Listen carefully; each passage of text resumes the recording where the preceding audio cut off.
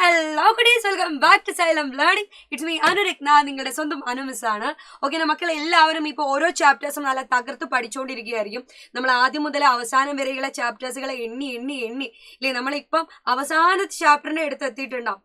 അപ്പൊ അവസാനത്തെ ചാപ്റ്റർ എത്തി നിൽക്കുന്ന സമയത്ത് നിങ്ങൾക്ക് ഇപ്പൊ പേടിയായിരിക്കും അല്ലെ, ആദ്യത്തെ ചാപ്റ്റർ ഒക്കെ മറന്നുപോയല്ലോ, ഇനി ഞാൻ എങ്ങനെയാണ് ആ ആദ്യത്തെ ചാപ്റ്റർ ഒക്കെ ആലോചിച്ച് വരിക.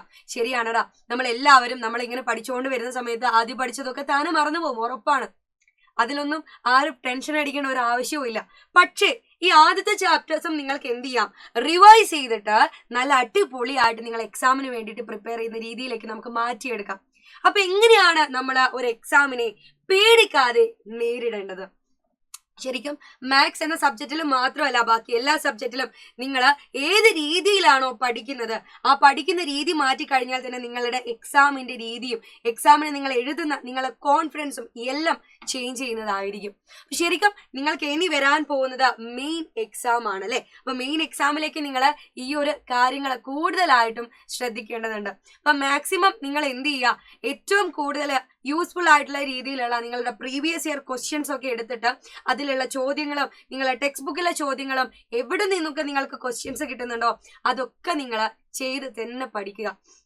അപ്പൊ മാത്സിന്റെ രീതിയിൽ പറയുകയാണെങ്കിൽ എന്റെ മക്കള് പഠിക്കുന്ന രീതികൾ ഒന്ന് മാറ്റേണ്ടതുണ്ട് അല്ലെ. നിങ്ങൾ ഏത് രീതിയിലാണ് മാത്സിനൊക്കെ ഓരോ പ്രോബ്ലംസും ചെയ്ത് നോക്കുന്നത് അല്ലെങ്കിൽ ചെയ്യുന്നത്, നിങ്ങൾ ഓരോ വീഡിയോസും ചിലപ്പോൾ നമ്മളെ ലൈവുകൾ കാണുന്ന സമയത്ത് നിങ്ങൾ അധികം ആൾക്കാരും ഒന്നുകിൽ കിടത്തത്തിലൂടെയോ അല്ലെങ്കിൽ വേറെ എവിടേക്കൊക്കെ ഇരുന്ന് ഒരു സിനിമ കാണുന്ന രീതിയിലൊക്കെ ആയിരിക്കും ഒരുപക്ഷെ നമ്മൾ ഓരോ ക്ലാസ്സുകളും കണ്ടിട്ടുണ്ടായിരിക്കുക. ചിലപ്പോൾ സ്കൂളിൽ നിന്ന് നിങ്ങൾ ക്ലാസ് കേൾക്കുന്ന സമയത്തും അതുപോലെ കേട്ട് ചിലപ്പോൾ ഒന്ന് പകർത്തി വെച്ച് അത് അതേപടി തന്നെ നോട്ട് പൂട്ടി വെച്ച് പോകും അല്ലെ. അതാണോ ശരിക്കും പഠിക്കേണ്ട രീതി? ആ രീതിയിലൂടെ കേട്ടാൽ മാത്രം നിങ്ങൾക്ക് എക്സാം എഴുതാൻ പറ്റുമോ? ഒരിക്കലും ഇല്ല അല്ലെ. നമ്മൾ എന്ത് രീതിയിലാണോ പഠിക്കേണ്ടത് ആ രീതി നമ്മൾ മാറ്റണം. മാത്സ് ഒക്കെ നിങ്ങൾ ഏത് രീതിയിലാണോ പഠിക്കുന്നത്? മാത്സ് ഒക്കെ നിങ്ങൾ സാധാരണ ഒരു രീതിയിൽ ഇംഗ്ലീഷ് ടെക്സ്റ്റ് ബുക്ക് വായിക്കുന്ന പോലെ വായിച്ചുകൊണ്ടാണോ പഠിക്കുന്നത്? അപ്പൊ അങ്ങനെയാണെങ്കിൽ ഒരിക്കലും നിങ്ങൾക്ക് എക്സാമിന്റെ ക്വസ്റ്റ്യൻ പേപ്പർ കിട്ടുന്ന സമയത്ത് എഴുതിയെടുക്കാൻ വളരെ ബുദ്ധിമുട്ടായിരിക്കും. എപ്പോഴും നമ്മൾ മാത്സിന്റെ ഓരോ ക്വസ്റ്റ്യൻസും അറ്റൻഡ് ചെയ്യേണ്ടത് രീതികൾ എന്ന് പറഞ്ഞാൽ, ഒരു ക്വസ്റ്റ്യൻ നിങ്ങൾ കാണുവാണെങ്കിൽ ആ ക്വസ്റ്റ്യനും അതിന്റെ ആൻസറും നിങ്ങൾക്ക് എന്ത് ചെയ്യാം, ആദ്യം തന്നെ അനലൈസ് ചെയ്യാം. ആ രീതി ചെയ്യുന്ന രീതികള്, ആ പ്രോബ്ലം വരുന്ന വഴികള്, ഇതൊക്കെ കൃത്യമായിട്ട് നിങ്ങൾ അനലൈസ് ചെയ്തതിന് ശേഷം നിങ്ങൾ ആ ഉത്തരം മാറ്റി വെച്ചിട്ട് ചോദ്യം വായിച്ച് സ്വന്തമായിട്ട് നിങ്ങളുടെ രീതിയിൽ അത് ചെയ്ത് തന്നെ എഴുതി തന്നെ അതിന്റെ ഉത്തരം നിങ്ങൾ കണ്ടുപിടിക്കാൻ വേണ്ടിയിട്ട് ശ്രമിക്കുക. ചില ആൾക്കാരൊക്കെ പറയും എനിക്കതൊക്കെ മനക്കണക്കായിട്ട് കിട്ടും മിസ്സേ, അതിലൊന്നും എനിക്കൊരു പ്രശ്നമില്ല എന്ന് പറയും. പക്ഷെ മനക്കണക്കായിട്ട് നിങ്ങൾക്ക് കിട്ടുന്നുണ്ടാവും, അത് നിങ്ങളുടെ ക്വാളിറ്റി തന്നെയാണ്. പക്ഷെ എന്നാലും നമ്മൾ എന്ത് ചെയ്യുക, ഈ എക്സാം ടൈമിലൊക്കെ ഓരോ ക്വസ്റ്റ്യനും ചിലപ്പം അതെനിക്ക് അറിയായിരുന്നു, ടീച്ചർ അവിടെ ചെയ്തിട്ടുണ്ടായിരുന്നു, ഈ രീതി ആയിരുന്നു, എനിക്ക് ഓർമ്മ കിട്ടുന്നില്ല എന്ന് പറയും. ആ ഓർമ്മ കിട്ടാത്ത രീതി മാറ്റാൻ വേണ്ടിയിട്ടാണ് എൻ്റെ കുട്ടികളോട് ഇത് പ്രാക്ടീസ് ചെയ്യാൻ തന്നെ പറയുന്നത്. സോ ഓരോ ക്വസ്റ്റ്യനും നിങ്ങൾ എന്ത് ചെയ്യുക, ഒരു തവണയോ 2 തവണയോ 3 തവണയോ എത്ര തവണയാണോ നിങ്ങൾക്ക് എഴുതിയിട്ട് കൃത്യമായിട്ട് അതിന്റെ ആൻസറിലേക്ക് നിങ്ങൾക്ക് വരാൻ പറ്റുന്നത് അത്ര തവണ എൻ്റെ മക്കൾ അത് എഴുതി തന്നെ പ്രാക്ടീസ് ചെയ്തിട്ട് തന്നെ പഠിക്കുക.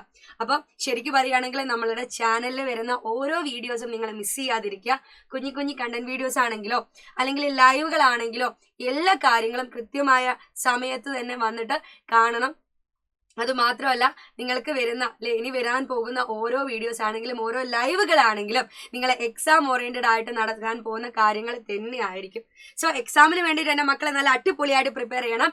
നിങ്ങൾക്ക് വേണ്ടിയിട്ട് ഇവിടെയുള്ള ഓരോ ടീച്ചേഴ്സും റെഡി ആയിട്ട് നിങ്ങളെ സെറ്റാക്കി നിങ്ങളെ എക്സാമിലേക്ക് പ്രിപ്പയർ ചെയ്യാൻ വേണ്ടിയിട്ട് ഇവിടെയുള്ള ഓരോ ടീച്ചേഴ്സും റെഡി ആയിട്ട് നിൽക്കുകയാണ്.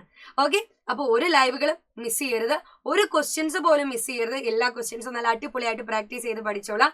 നമുക്കൊരു ഏനുവൽ എക്സാമിന് അല്ലേ, നമ്മളെ വരാൻ പോകുന്ന നമ്മളെ എക്സാമിൽ നല്ല അടിപൊളിയായിട്ട് തകർത്ത് നമ്മളെ എക്സാം എഴുതണം, നല്ല മാർക്ക് മേടിക്കാൻ വേണം. അപ്പോൾ എല്ലാ മക്കൾക്കും all the best. Bye bye.